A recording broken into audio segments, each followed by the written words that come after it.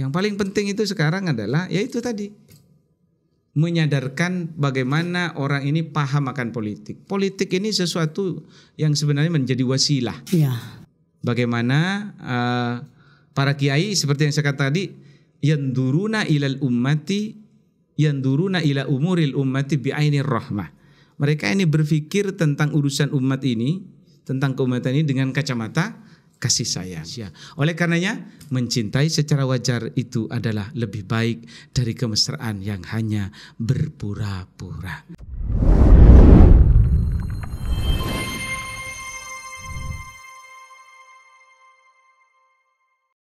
Bismillahirrahmanirrahim. Assalamualaikum warahmatullahi ta'ala wabarakatuh. Alhamdulillahirrabbilalamin. Wassalatu wassalamu ala ashrafil anbiya'i wal mursalin Sayyidina wa maulana Muhammadin amma ba'du.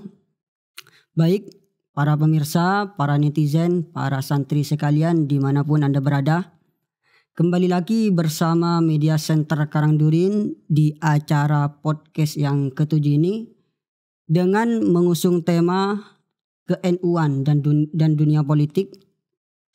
Alhamdulillah sudah hadir di tengah-tengah kita tamu agung sekaligus narasumber pada sore hari ini. Beliau adalah Kiai Haji Imam Sutaji MPDA, seorang tokoh Nahdlatul Ulama yang menjabat sebagai Ketua Lembaga Dakwah PCNU Sumeneb sekaligus instruktur PKPNU Jawa Timur. Kurang lebih seperti itu. Selanjutnya mari kita sapa narasumber kita pada sore hari ini. Assalamualaikum Kiai. Waalaikumsalam warahmatullahi wabarakatuh. Bagaimana kabar ajunan Kak Dito? Alhamdulillah bi khair fi sihah wa afiyah. Berkat doa Anda semua, seluruh umat Islam di Indonesia, alhamdulillah sehat, alhamdulillah. Mungkin berapa kali ajunan menginjakkan kaki di pesantren ini? Oh, untuk di Karangdurin ya, Miftahul Ulum itu saya 1, 2, 3, 4 sudah 5 kali lebih. Sudah 5 kali. Insyaallah 5 kali lebih. Alhamdulillah. Beliau ini tidak hanya seorang tokoh Nahdlatul Ulama ya.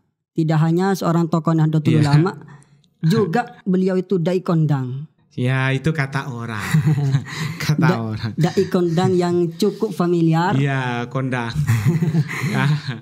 Ya itu kan kata orang. Seluruhnya Masya Allah, tabarakallah, la quwata illa billah.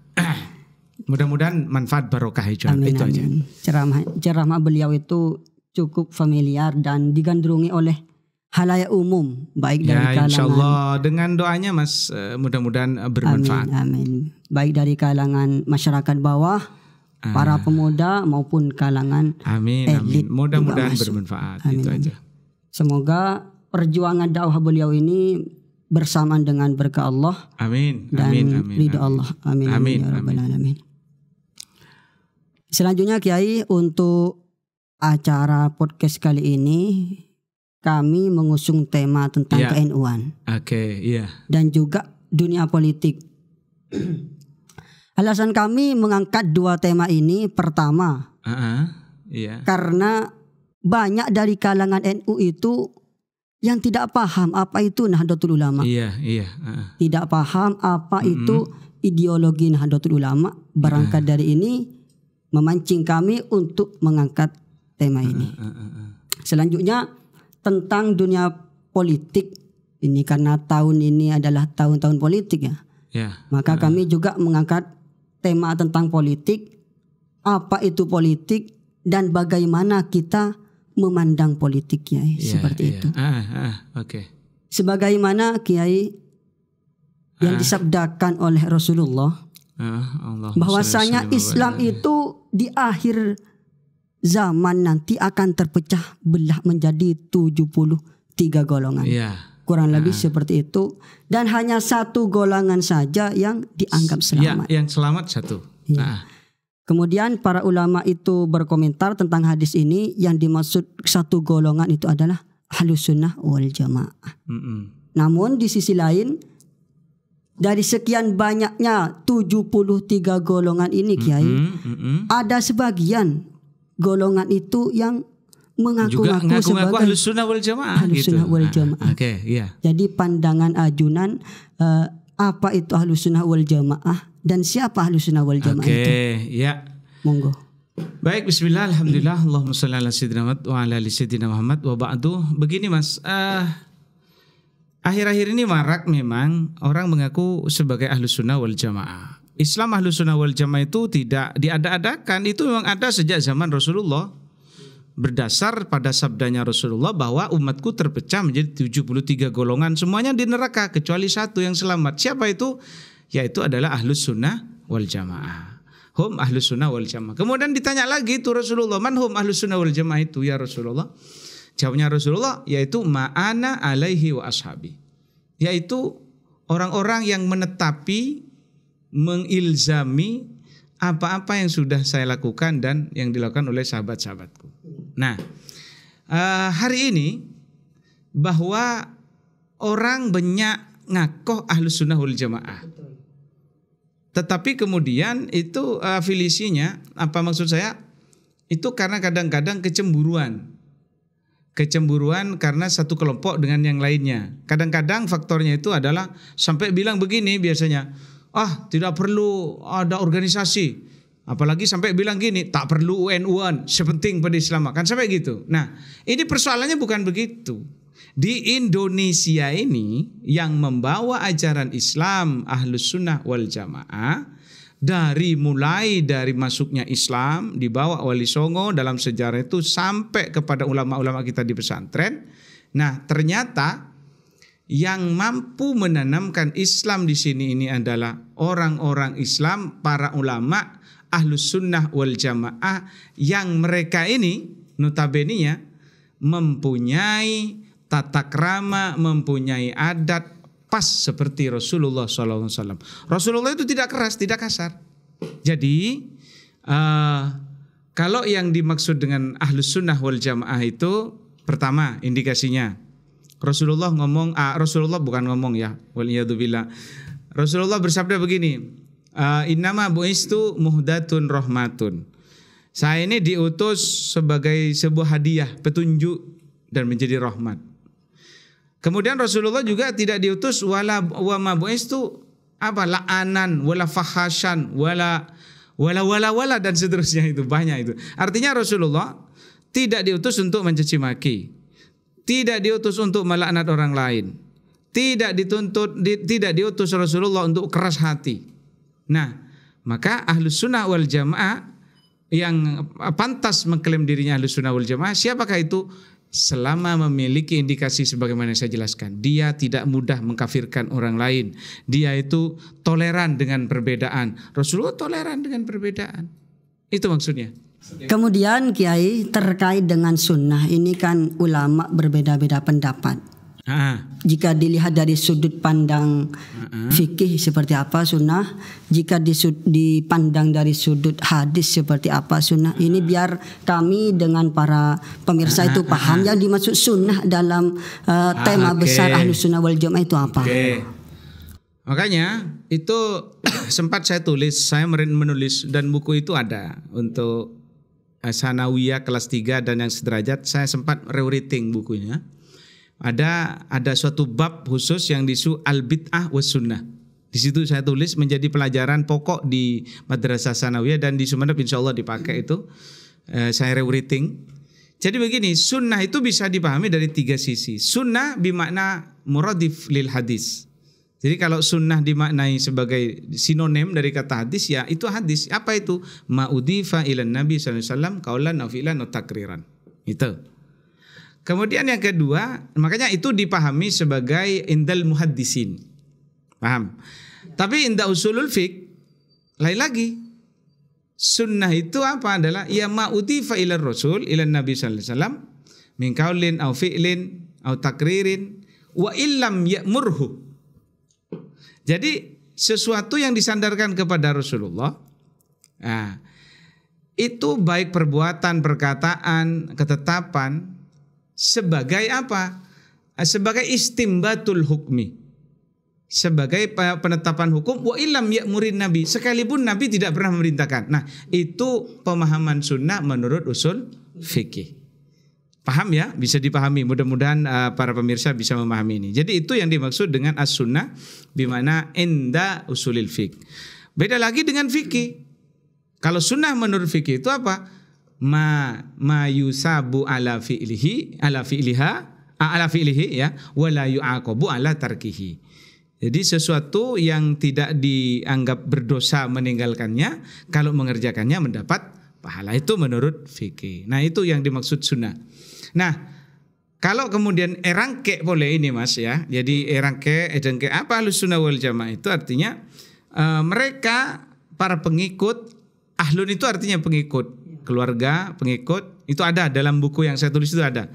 Nah, jadi Ahlus Sunnah itu adalah orang yang setia dengan apa yang dilakukan oleh Nabi, wal Jamaah ai jamaatus sahabah. Kemudian tadi saya menangkap tentang pembahasan yang Ajunan lontarkan, ya. Bahwasanya Ahlus Sunnah wal Jamaah itu ada sejak zaman Nabi. Betul. Kalau memang biar kami semua paham ya, bersama para penonton itu paham, para pemirsa itu paham. Jika Ahlus Sunnah wal Jamaah itu memang ada sejak zaman Nabi, lantas kenapa Ahlus Sunnah wal Jamaah itu disematkan pada dua ulama mutakallimin seperti Abul Hasan Asy'ari dan juga Abu Mansur Al-Maturidi? Mohon penjelasannya. Karena begini, itu hanya persoalan karena dua ulama inilah yang kemudian mampu menerjemahkan dan membuat ringan memahamkan ajaran Islam kita. Itu loh. Itu alasan sederhananya. Nah, bahwa ajaran Islam Ahlus Sunnah wal Jamaah ada sejak zaman Rasulullah, memang iya. Yang mengatakan sendiri itu Rasulullah.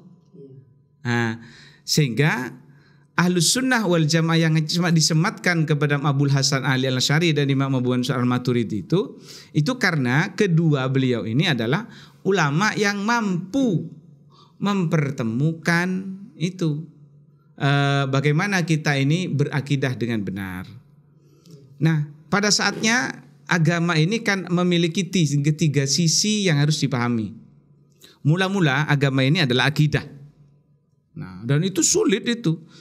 Sehingga dirumuskan itu berbenturan dengan ilmu filsafat, sehingga pada masanya Imam Abul Hasan Ali Asy'ari inilah yang kemudian bisa bisa mempertemukan antara akal dan berkeyakinan itu yang benar, sehingga akal ini menjadi potensi untuk meyakini bahwa agama ini memang benar. Begitu. Jadi akal tidak digunakan untuk mengkanter agama, tapi justru akal itulah yang mendukung terhadap agama. Sampai ada sabda Rasulullah, ad-dinu aklun la dina liman la akala lahu. Itu maksudnya. Iya. Kemudian Kiai, sebagaimana sudah kita ketahui bahwasanya bangsa Indonesia itu merupakan bangsa yang sangat majemuk. Ya. Baik dari segi bahasa, budaya maupun adat istiadat yang menggambarkan tentang kemajemukan bangsa Indonesia. Begitupun dengan organisasi cukup banyak di negeri kita ini. Di antaranya ada Nahdlatul Ulama yang didirikan oleh Hadratus Syekh Hasyim Asy'ari. Kemudian ada juga Serikat Islam yang dulunya bernama Serikat Dagang Islam. Berdiri pada tahun 1905, kurang lebih seperti itu. Dan juga seperti Muhammadiyah. Itu juga. Dan masih banyak organisasi-organisasi yang lain yang eksis di negeri kita ini. Lantas apa yang membedakan antara Nahdlatul Ulama itu dengan organisasi-organisasi yang lain? Begini, itu banyak. Wah, kalau cerita ini saya harus cerita, durasinya saya rasa tidak cukup ini. Betul, dan ini menjadi sebuah perbincangan yang anak muda harus pahami. Apa sih yang membedakan antara NU dengan yang lain? Satu, NU ini adalah ikut merumuskan negara ini. Jadi NU itu ada sebelum Indonesia merdeka hari ini. Itu satu.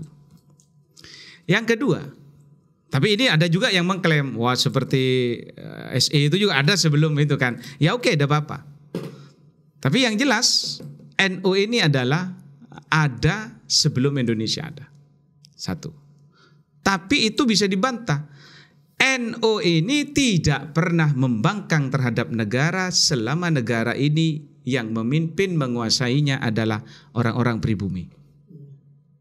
Negara ini pernah dibangkang oleh NU dulu. Kapan? Yaitu ketika negara ini dijajah oleh para penjajah. Setelah itu pernahkah NU membangkang? Enggak pernah. Enggak pernah. Dia hanya akan tetap menyuarakan keadilan. Oke, paham. Jadi yang pertama itu yang membedakan NU. Jadi NU ini adalah berada sebelum Indonesia ada. Kemudian NU ini mampu mempersatukan, mampu menyatukan konsep beragama dan konsep bernegara. Iya.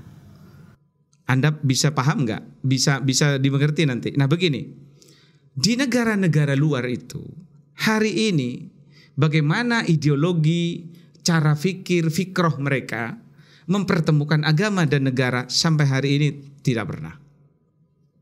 Pasti politik itu menjadi masalah.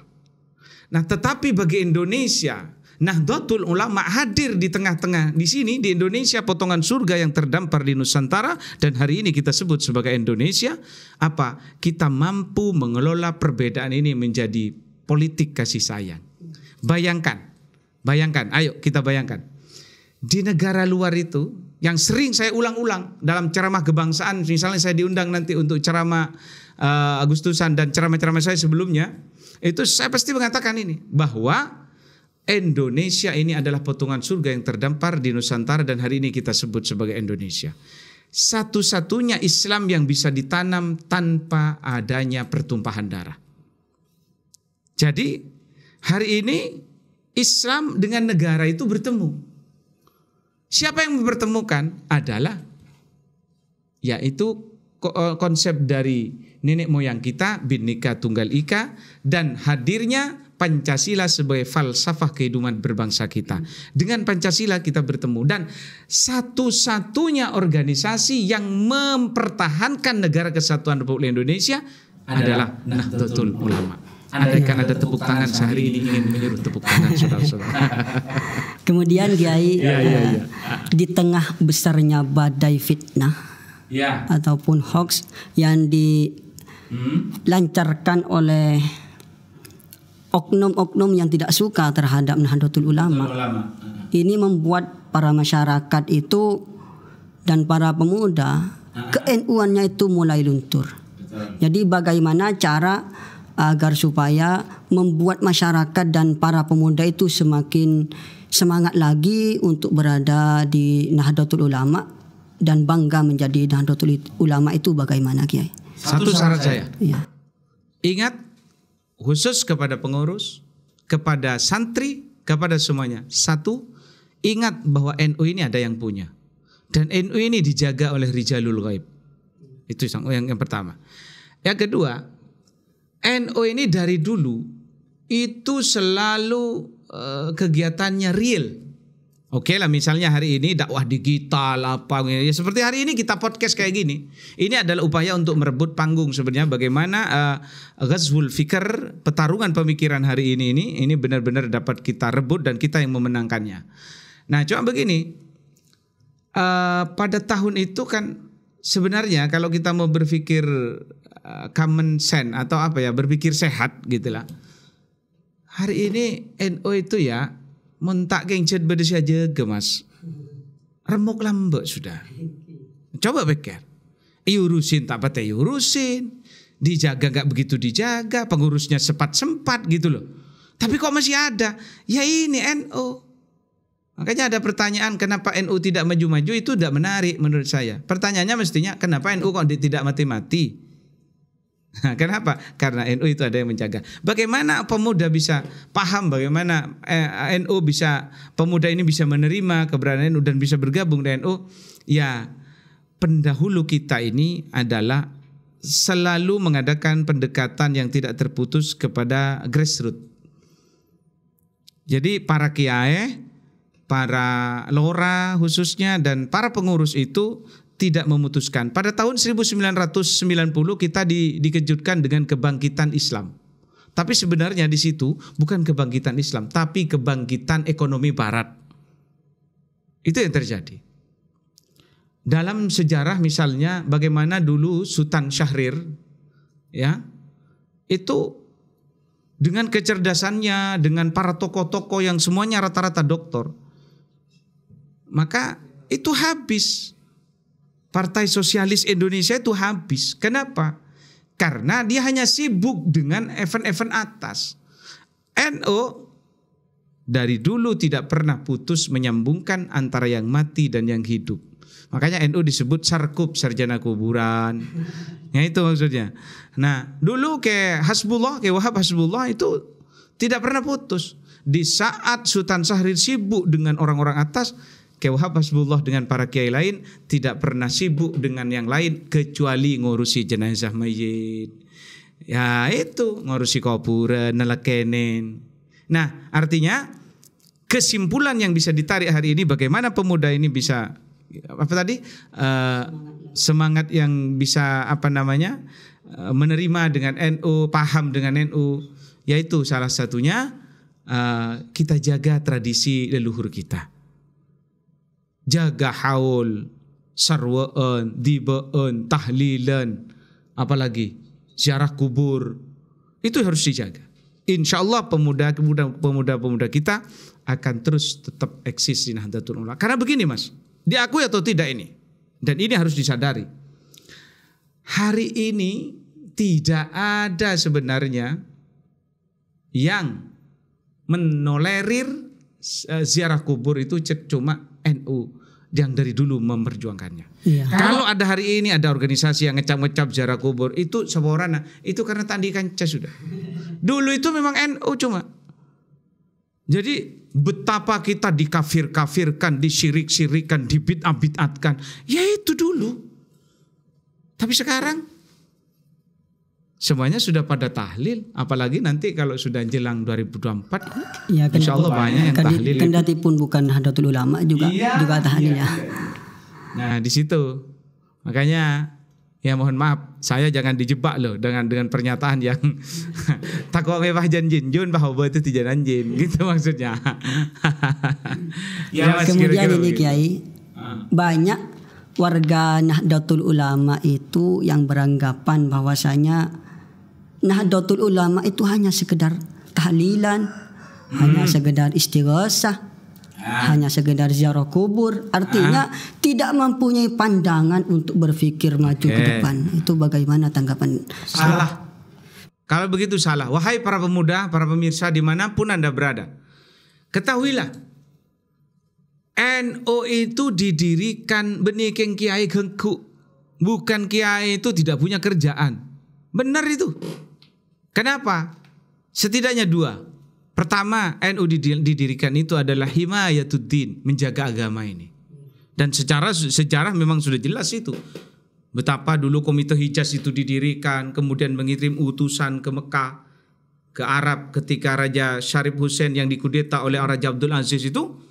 Nah, bagaimana Kiai Wahab Hasbullah dan Syekh Ghanem Al-Bisi melobi ke sana?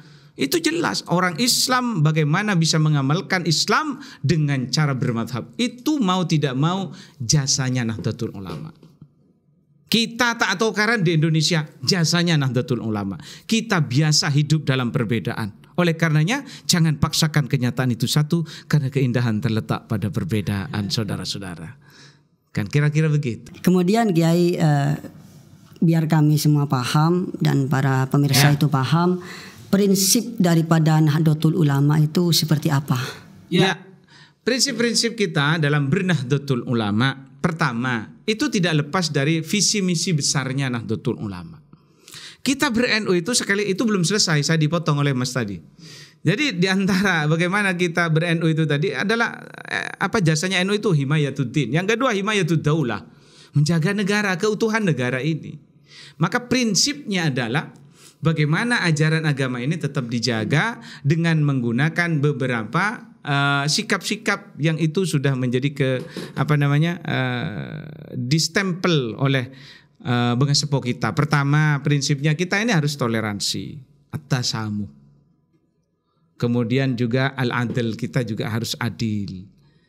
Jadi tasamu kita biasa berbeda. Kita ya tasamu itu bisa ada 2 tingkatan. Toleransi itu 2. Pertama pada taraf bahwa kita ini jangan sampai saling mengganggu. Al-Quran mentoleransi itu dengan lakum dinukum waliyadin. Tapi ada toleransi level 2 ya.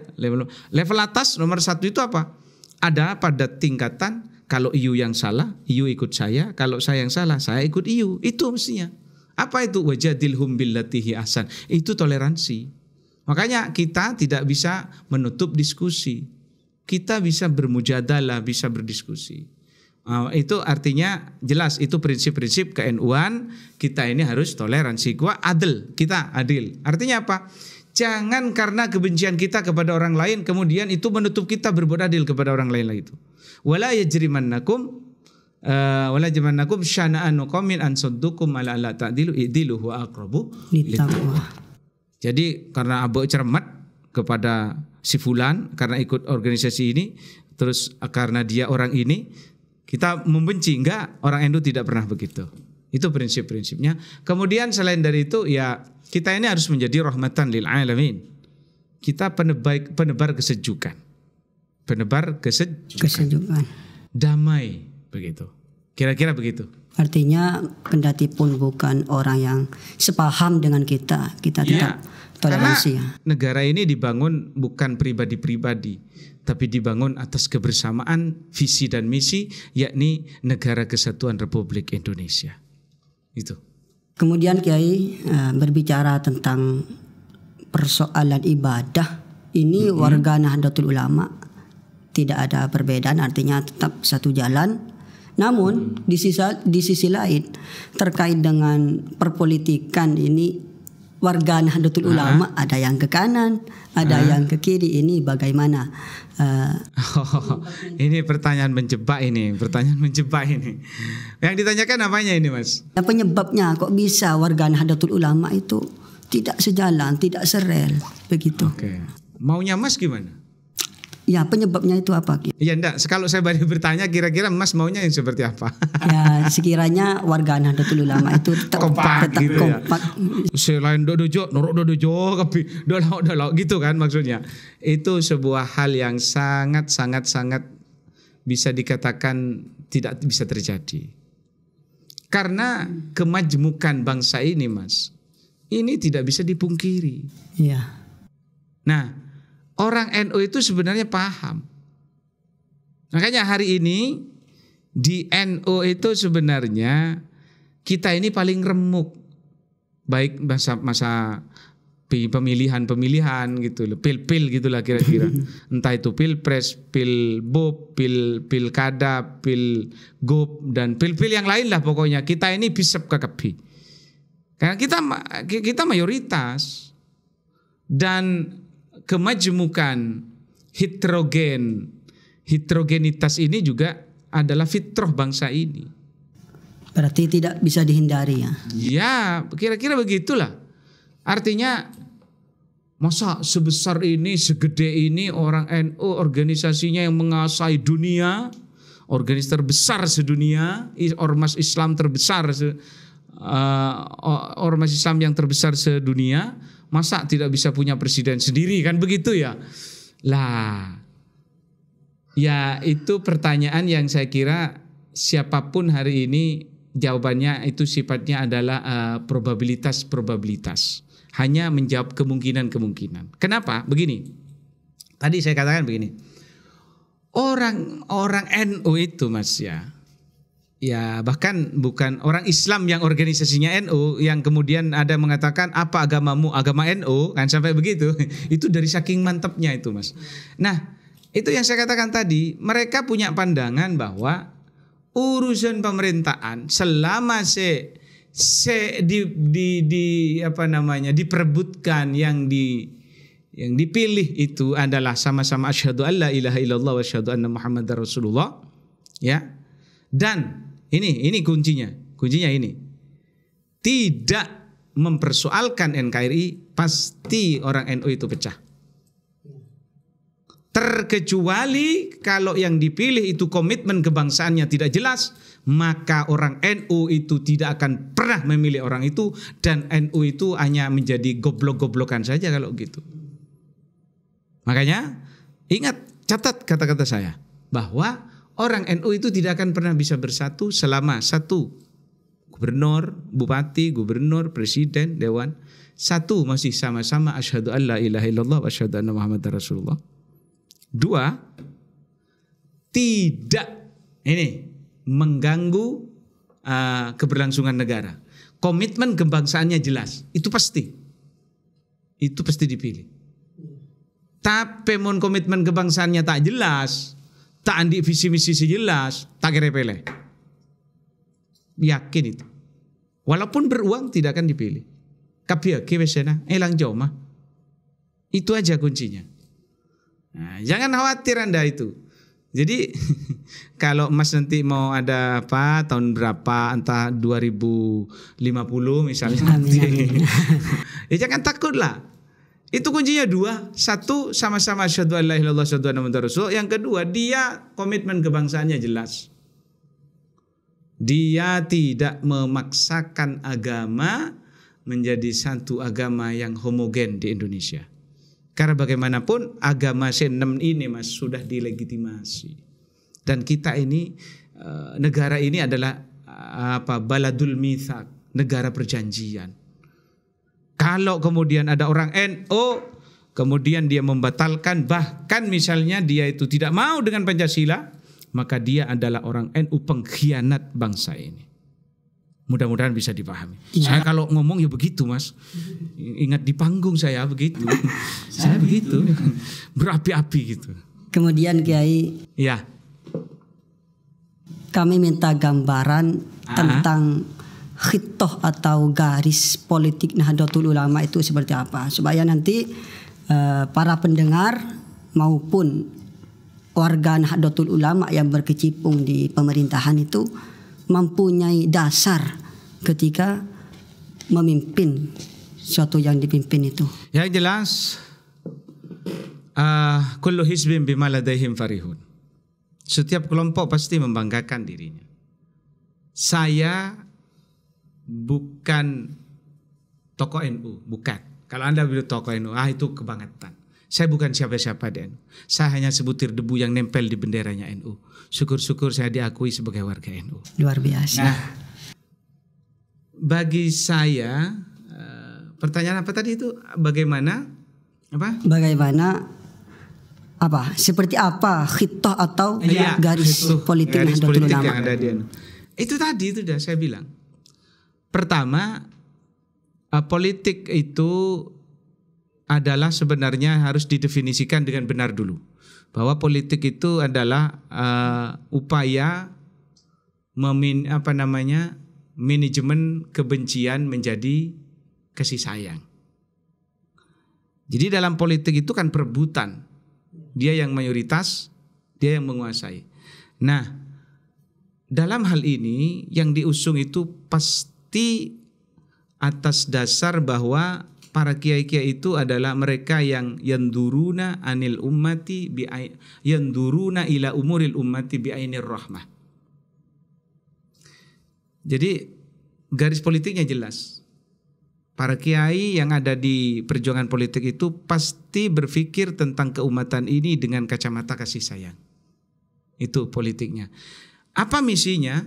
Ya yang jelas politik itu harus disalurkan melalui otoritas politik itu sendiri. Makanya di Nahdlatul Ulama dia tidak mungkin menjadi politik karena NU bukan mesin politik. Pasti ada partai-partai. Yang di situ kemudian ada kader bias. Kader bias itu apa? Kader NU ini tidak akan menumpuk di satu partai, bro. Saporana. Ini memang saporana ya, ini kan podcast ya, mohon maaf. Kita ini memang si malakama. Satu partai kita gemukkan, itu pasti nanti kalau besar ditinggal NU-nya. Gitu loh. Tapi kita membesarkan NU dan melumakan mesin politik, tidak ada bias kader, tidak ada kader bias. Bias kader ini tidak menumpuk di satu partai. Kenapa? Naif sekali saudara-saudara. Kenapa? Terlalu banyak pengangguran di negeri ini. Pah nanang NU kapi pah tidak lakon. Iya kan nganggur mas. Tapi begitu juga menempuh di satu partai. Waduh, itu nanti bisa dilupakan NU-nya. Makanya kita ini si malakama numpuk nang NU kapi kader ya pas apa pak? Seka kan. Gelur kan begitu mas. Tapi juga membesarkan satu partai gak mungkin. Membesarkan satu partai itu artinya nanti khawatir NU-nya dilupakan gitu loh. Membesarkan NU ANSE, NU-nya aja dibesarkan, ya terlalu banyak pengangguran di negeri ini gitu loh. Oleh karenanya yang bisa dilakukan itu adalah politik hari ini adalah kader bias. Artinya ada mesin-mesin politik seperti partai itu yang kader-kader kita itu ada di dalamnya. Paham ya? Ya.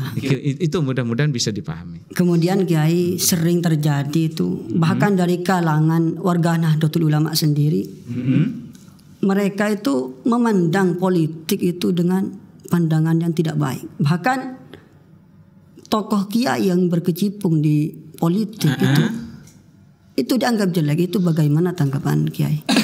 Ya, ini sebenarnya kita keceplosan mas. Hari ini kita keceplosan. Bagaimanapun kita memang, dan itu murni, itu karena oknum dulu. Bagaimana kepercayaan kita ini setelah diwakili segalanya oleh wakil-wakil kita. Punya mobil sudah diwakili, sehingga kita tak dapat apa-apa kan sudah diwakili. Sehingga itulah kepercayaan masyarakat hari ini yang kemudian ngomong, kalau urusan politik, ya bila soal politik, aduh jadi urusan tabu. Betul kan?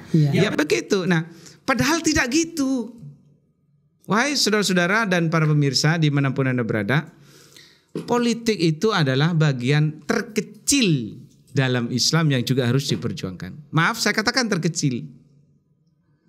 Nah, masih ada kaitannya dengan Islam. Iya banyak yang bisa diperjuangkan. Bukan hanya itu, karena ada banyak instrumen-instrumen harus dipahamkan bahwa kemudian instrumen keberhasilan dalam hal politik yang mungkin indikasinya bagaimana kader bias mengusung Ahlus Sunnah wal Jamaah An-Nahdiyah. Kemudian bagaimana dia melakukan pemerataan terhadap tugas perpolitikan, bagaimana apa hak-hak dari orang-orang bawah itu dipenuhi atas perjuangan kader-kader itu. Nah, yang paling penting itu sekarang adalah yaitu tadi menyadarkan bagaimana orang ini paham akan politik. Politik ini sesuatu yang sebenarnya menjadi wasilah. Ya. Bagaimana para kiai seperti yang saya katakan tadi, yanduruna ilal ummati, yanduruna ila umuril ummati bi'ainir rahmah. Mereka ini berpikir tentang urusan umat ini, tentang keumatan ini dengan kacamata kasih sayang. Ayo mas, wah kiai ini jaga benikun lapar kenyang mas, tak termasuk ibadah jaga berema. Ini dan ini kerjanya orang-orang NU yang itu tidak hanya udkhulu min babin wahidah walakin tetapi udkhulu min abwabin mutafarriqah.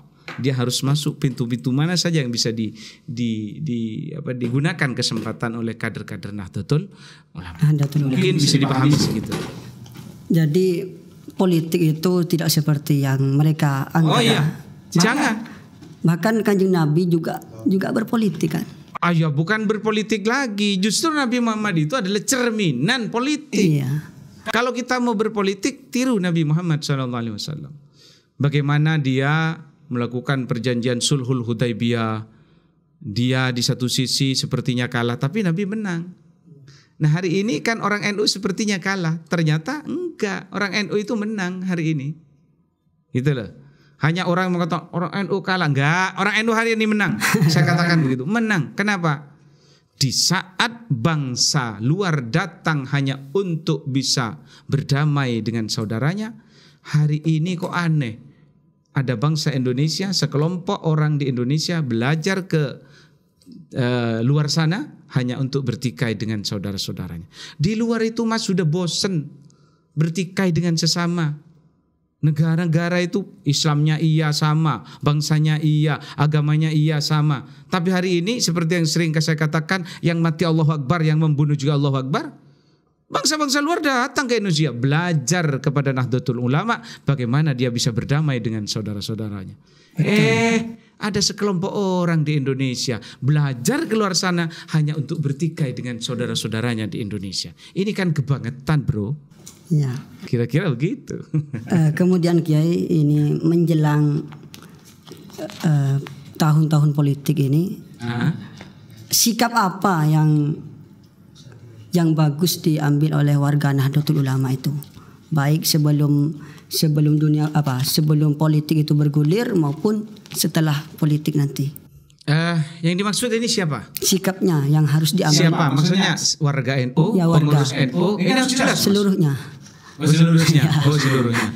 Ya ini namanya presenter atau host yang sangat diplomatis. Membuat narasumber ini belepotan juga kalau begini.